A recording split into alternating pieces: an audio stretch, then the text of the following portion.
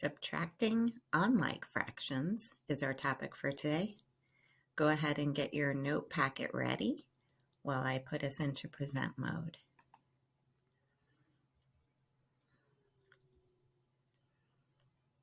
Okay, here we go.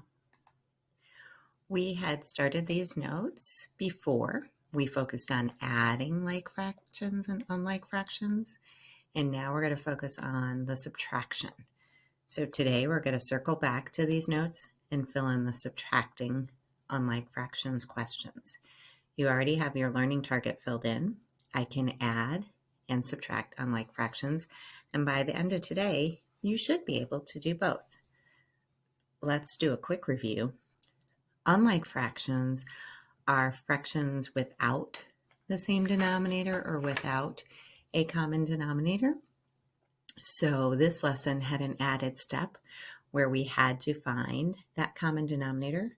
We called it the LCD because we wanted the least common denominator, the smallest multiple that the two denominators have in common.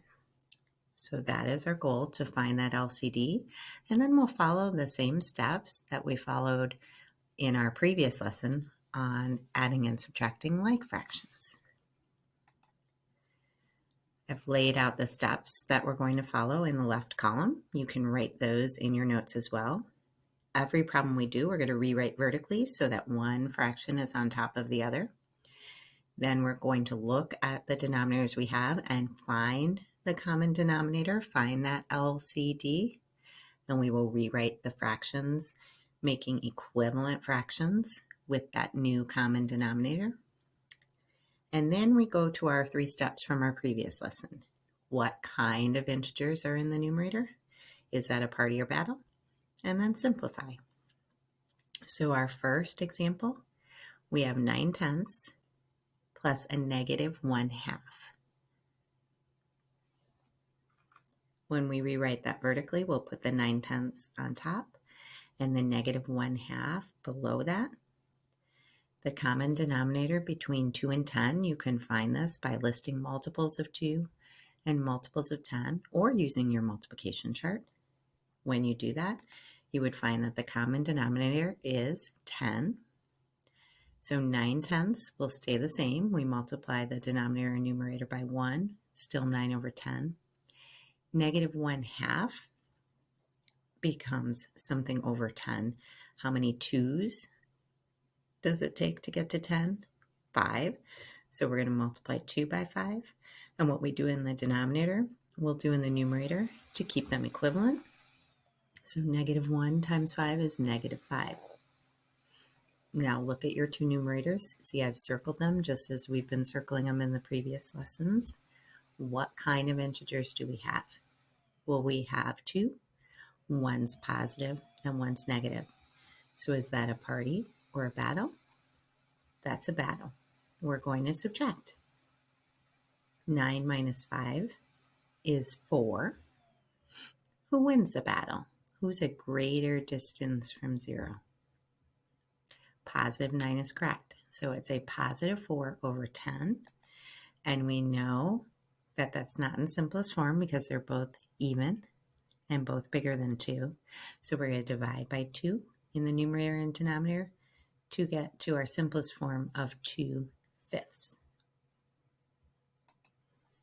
Our next example, negative 5/6 minus 4/9.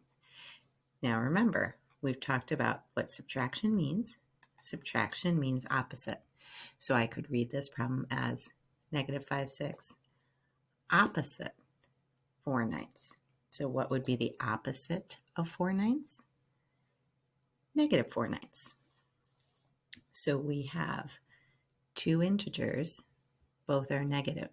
We'll keep that in our back pocket for right now. We're going to rewrite these vertically, negative 5/6 over negative 4/9, and look at our denominators 6 and 9. We need to find that LCD. You could write out your multiples for 6. You could write out your multiples for 9 and circle where they meet, or you could use that multiplication chart, or maybe you know that the LCD is 18. So we're going to change negative 5/6 into an equivalent fraction over 18. 6 goes into 18 3 times. So 6 times 3 is 18. We're going to do negative 5 times 3 as well to keep it equal. Negative 5 times 3 is negative 15. So we have negative 15 eighteenths for our first equivalent fraction. Negative 4 ninths is going to equal something over 18. 9 goes into 18 twice. So 9 times 2 is 18. Negative 4 times 2, and the numerator is negative 8. So our second equivalent fraction is negative 8 eighteenths. Circle those numerators, negative 15, negative 8. Remember, we already knew they were both going to be negative from the original problem. So is that a party or a battle? That's a party, so we add them.